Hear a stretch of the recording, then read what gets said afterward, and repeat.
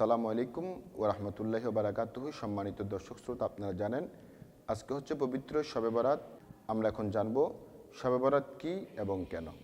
শবে বরাত একটা ফার্সি শব্দ, শবর্ত রাত, এবং বরাত হচ্ছে সৌভাগ্য কিংবা বরকত, বরকতের রাত কিংবা সৌভাগ্যের রাত।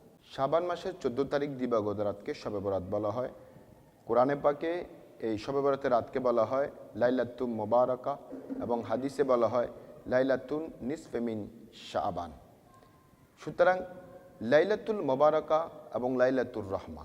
লাইলাতুল মুবারাকা কেন বলা হয়? যেহেতু এ রাতে অসংখ্য বরকত এবং লাইলাতুর রহমত, অসংখ্য রহমত বর্ষণ হয়, সেজন্য এ রাতকে লাইলাতুর রহমা এবং লাইলাতুল বারকাত বলা হয়। আসলে এ রাতের ফজিলত, এ রাতের বরকত, রহমত আমরা দেখতে পাই না। যারা বুজুর্গানে দিন, যারা মহান আল্লাহর নেককার এবং মকবুল বলি, এরা আসলে এই রাতের রহমত এবং বরকত বুঝতে পারে। একটা যদি উদাহরণ দেয় আপনাদেরকে, হযরত ওমর ইবনে আব্দুল আজিজ, যাকে ইসলামের পঞ্চম খলিফা বলা হয়, তিনি শবে বরাতের রাতে একদিন ইবাদত করতেছেন। ইবাদত করতে করতে হঠাৎ তিনি আকাশের দিকে তাকালেন, খেয়াল করলেন, দেখলেন একটা চিরকুট চিঠি আকাশ থেকে ঝুলে আছে জমিনে। সেখানে কি লেখা ছিল আপনাদেরকে যদি আমি একটু শুনাই। সেখানে লেখা ছিল, লিপিবদ্ধ ছিল, হাজিহি বারাআতুম মিনাল মালিকিল আজিজ লি আবদিহি ওমর ইবনে আব্দুল আজিজ। মহাপরাক্রমশালী মহান আল্লাহর পক্ষ থেকে এই চিরকুট, এটা আমার বান্দা ওমর ইবনে আব্দুল আজিজের জন্য। আল্লামা ফখরুদ্দিন রাজি তার বিশ্ববিখ্যাত তফসির গ্রন্থে চমৎকারভাবে তিনি ব্যাখ্যা করেছেন যে খাজনা সংগ্রহকারী ব্যক্তি যেমনিভাবে খাজনা দায়কারীকে রিসিট দেয়, ঠিক তেমনিভাবে এই শবে বরাতের রাতে যে ব্যক্তি ইবাদতের মাধ্যমে কাটায় এবং ইবাদতের মাধ্যমে অতিবাহিত করে, আল্লাহ পাক তার মার্জনাকারীর একটা কপি, অর্থাৎ মার্জনার, পাপ মার্জনার একটা মুক্তিনামার সনদ আল্লাহ পাক প্রদান করে থাকেন। সুবহান আল্লাহ। শুধু তাই নয়, এটাকে লাইলাতুস শক বলা হয়। এই জন্যে লাইলাতুস শকও একটা আরেকটা নাম, কেননা এই রাতে চেক বিতরণের মতো মহান আল্লাহ পাক ফেরেশতাদেরকে বিভিন্ন দপ্তরের দায়িত্ব বর্ণন করে থাকেন। হজরতে জিব্রাইল আলাইহিস সালামকে যুদ্ধ বিগ্রহের দপ্তর, এবং হজরতে মিকাইল ইসলামেরকে রিজিকের দপ্তর, আর ইসমাইল সাল্লামকে আমলের দপ্তর, এবং আজরাইল আলাইহিস সালামকে মুসিবতের দপ্তর বর্ণন করা হয়।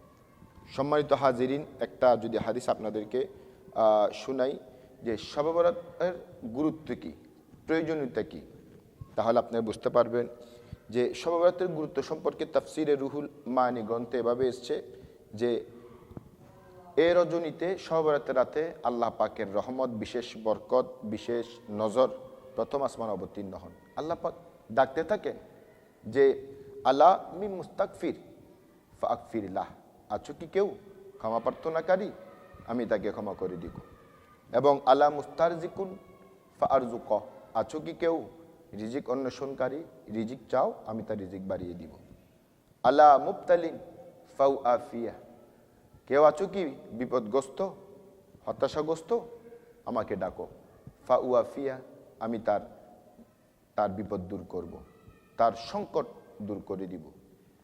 তো এভাবে যদি আমরা আরেকটা হাদিস শরীফ দেখি, আম্মা জান আয়েশা সিদ্দিকা রাদিয়াল্লাহু তাআলা আনহা তিনি বর্ণনা করছেন যে আমি এই রাতে দেখলাম আল্লাহ রসুল নামাজ পড়তে পড়তে পা ফুলে গেছে। জিজ্ঞেস করলাম, ইয়া রাসূল আল্লাহ, যে এই রাতে আপনি কেন এত বেশি আপনি নামাজ পড়েন? আল্লাহ নবী উত্তর দিচ্ছেন এভাবে যে ইউক্তাবু কুল্লু মাউলিদ, আয়েশা, এই রাতের মধ্যে যত মানুষ জন্মগ্রহণ করবে আগামী বছর লিপিবদ্ধ করা হয়। ওয়ায়ুক্তাবু মাইয়িত, এবং যত মানুষ মৃত্যুবরণ করবে তাদের নামও লিপিবদ্ধ করা হয়। ওয়াতুনজালু আরযাকুহুম, মানুষের রিজিক বন্টন করা হয়। ওয়াতুরফাউ আমালুহুম, এবং সমস্ত মানুষের আমলনামা আল্লাহর দরবারে পেশ করা হয়। তাহলে বোঝা গেল যে এই রজনীতে যত মানুষ জন্মগ্রহণ করবে, যত মানুষ মৃত্যুবরণ করবে, যাদের রিজিক দেওয়া হবে, আল্লাহ পাক এই রজনীতেই লিপিবদ্ধ করেন। তো হাজিরিন, এখন আমরা শুনবো যে শবে বরাতের নামাজ এবং রোজা সম্পর্কে। আমরা যদি একটু দেখি যে তাফসিরে রুহুল মায়ানি শরীফে, তাফসিরে রুহুল মায়ানিতে রয়েছে রসুল পাক ইরশাদ করছেন কুমু লাইলাহা ওয়া সুমু নাহারহা, কেউ যদি শবে বরাতের রাতে ইবাদত করে এবং পরের দিন রোজা রাখে তাহলে আল্লাহ পাক তার জীবনের সমস্ত গুনাহ মাফ করে দিবেন। গুফিরাল্লাহু মা তাকাদ্দামা মিন মিন জামবিক, তার সমস্ত গুনাহ আল্লাহ পাক মাফ করে দিবেন। তাহলে যারা বলেন যে শবে বরাতের কোনো অস্তিত্ব নেই, শবে বরাতের কোনো নামাজ নেই, কোনো রোজা নেই, আসলে তাদের জন্য এই কয়েকটা হাদিসে যথেষ্ট। আল্লাহ রসুল বলেছেন তোমরা রাতে ইবাদত করো, দিনে রোজা রাখো। এখন শবে বরাতের রাতে জিয়ারত, অনেকে বলে জিয়ারত করা যায় নাই। আমরা যদি একটি হাদিস শরীফ আপনাদেরকে শুনাই যে শবে বরাতের রাতে আল্লাহ রসুল কবর জিয়ারত করেছেন কিনা। হাদিস বর্ণনা করছেন আম্মাজান আয়েশা সিদ্দিকা রাদিয়াল্লাহু তাআলা আনহা, তিনি বর্ণনা করছেন আমি রসুল পাক সাল্লামকে হারিয়ে ফেললাম শবে বরাতের রাতে। তখন গিয়ে দেখলাম গভীর রাতে তিনি জান্নাতুল বাকিতে দাঁড়িয়ে দাঁড়িয়ে কবর জিয়ারত করছেন। রসুল পাক আমার দিকে তাকিয়ে বলছেন আকুনতে তাখাফিনা আইয়া হিফাল্লাহু আলাইকা ওয়া রাসূলু, আয়েশা তুমি কি ভেবেছো যে আল্লাহ এবং তার রসুল তোমার হক নষ্ট করবে, মানে তোমাকে না জানিয়ে অন্য কোনো স্ত্রীর ঘরে আমি গমন করব? আম্মা জান আয়েশা সিদ্দিকা বলছেন হ্যাঁ আমি মনে করেছিলাম আপনি অন্য কোনো স্ত্রীর বাসায় গিয়েছেন।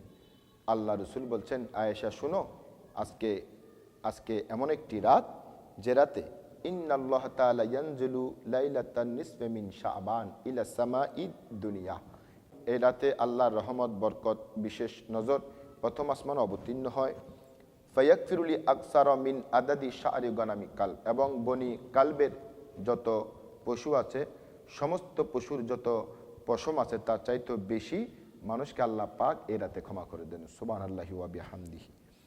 তাহলে এই হাদিস দ্বারা স্পষ্ট হয়ে যায় রসুল পাক সাল্লাল্লাহু আলাইহি ওয়াসাল্লাম শবে বরাতের রাতে জান্নাতুল বাকিতে গিয়ে তিনি কবর জিয়ারত করেছেন। তো সুতরাং আমরাও কবর জিয়ারত করব। কবর জিয়ারত করলে মানুষের দিল নরম হয়, মানুষের অন্তর নরম হয়, কবরের প্রতি চিন্তা আসে, পরকালের একটা কথা স্মরণ হয়। তো সুতরাং কবর জিয়ারত করা কে বলেছেন সুন্নাত, কে বলেছেন মুস্তাহাব। কবর জিয়ারত শরীয়তে জায়েজ আছে। কবর জিয়ারত করলে মানুষের মন শীতল হয়, আল্লাহর প্রতি একটা ভয় সৃষ্টি হয়। আল্লাহ পাক আমাদেরকে এই রাতে ইবাদত এবং কবর জিয়ারত পরের দিন রোজা রাখার তৌফিক দান করুক। তবে এই রাতকে কেন্দ্র করে অসংখ্য মানুষ, ছোটো ছোটো বাচ্চারা বাজি ফুটায় কিংবা যুবক ভাইরাও বাজি ফুটায় অযথা ঘোরাফেরা করে, এগুলোর সাথে আসলে শবে বরাতের কোনো সম্পর্ক নেই। এদেরকে বুঝাবেন যেহেতু শবে বরাত একটা স্পেশাল পবিত্র রাত, এ রাতে ইবাদতের মাধ্যমে কাটাতে হবে। তো সুতরাং এদের কারণে শবে বরাত কোনো প্রশ্নবিদ্ধ হবে না। এদের সাথে এদেরকে বুঝাইতে হবে, ইবাদতের দিকে আনতে হবে। আল্লাহ পাক আমাদেরকে এই সমস্ত রাতে অযথা ঘোরাফেরা না করে আল্লাহ পাক আমাদেরকে ইবাদত বন্দেগীতে এবং মাজার জিয়ারত কবর জিয়ারতে কাটানোর তৌফিক দান করুক। আসসালামু আলাইকুম।